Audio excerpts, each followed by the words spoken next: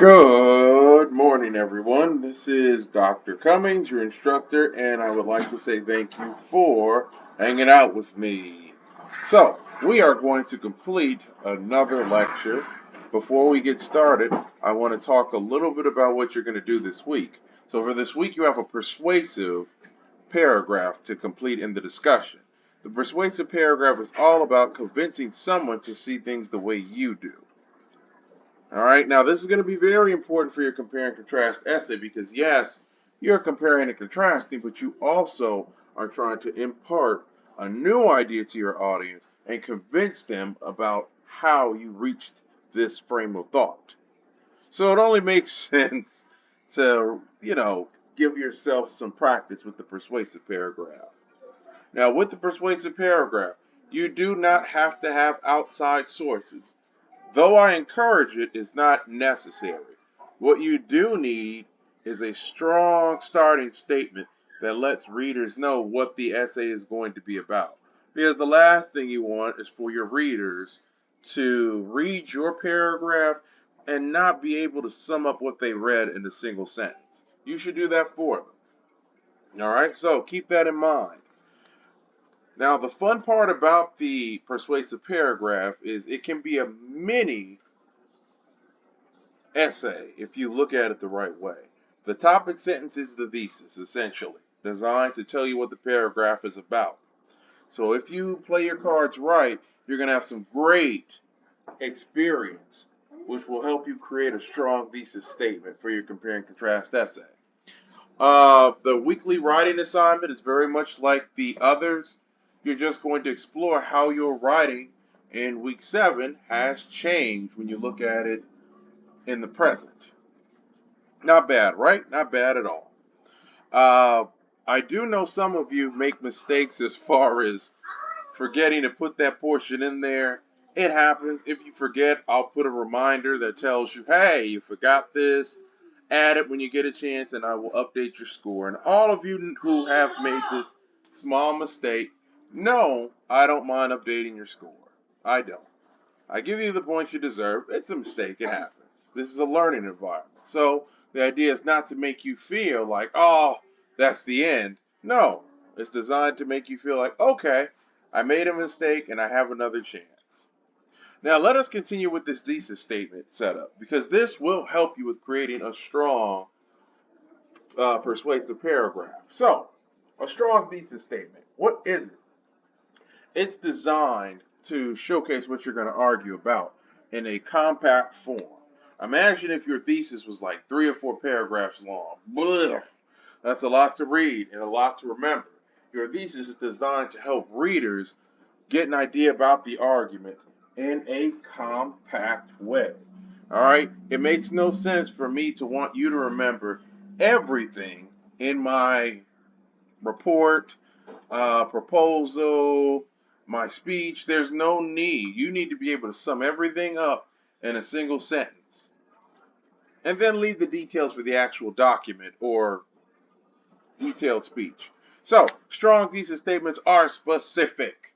For example, if I said video game playing strategies should be taught in schools, that is kind of broad. Which video games? Which schools? Which strategies? Who is this audience exactly we're reaching for? See, that doesn't really make a lot of room for your audience to grow, if that makes sense. It doesn't give them a lot to work with because it could be about anything. And it's so large of a topic, your audience most likely will, how do I say this, figuratively step away. And you don't want that. You want your audience to feel like, yes, I get this. This is interesting. So how do we make a strong thesis from something along the lines of, okay, video game playing strategy should be taught in school. I could say,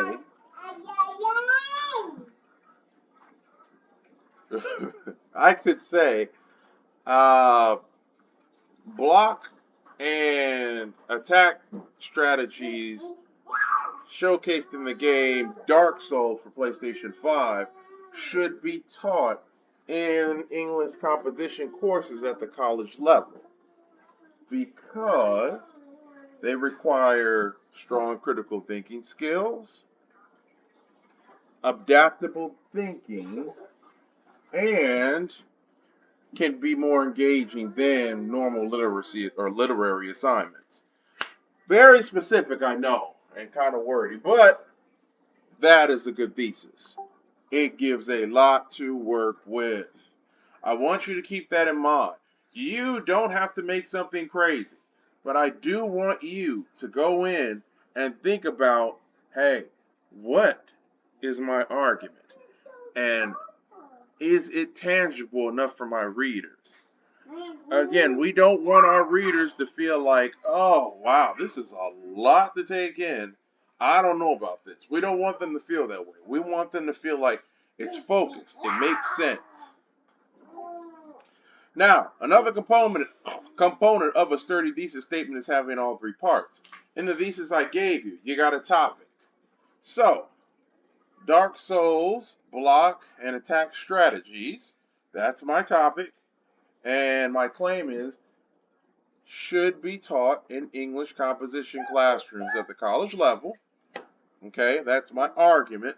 And the three parts relate to the critical thinking, adaptable thinking, and student engagement. Not bad, right? And I know you're all thinking like, this is a lot. It is, and that's okay. We are going to make this work. 3 parts, okay? Now, I want you to keep this in mind. You really want that thesis statement to just grip. Okay? You want the thesis statement to grip readers. The last thing you want is for your readers to say, okay, well, I don't know where this is going. So yes, being specific is important. Having all 3 parts is necessary, but it should give new information. Meaning, it shouldn't be something I already know. The last thing you want to be told by someone is, so the sun is above the earth. It is? Folks have already made those arguments. You want to introduce something else.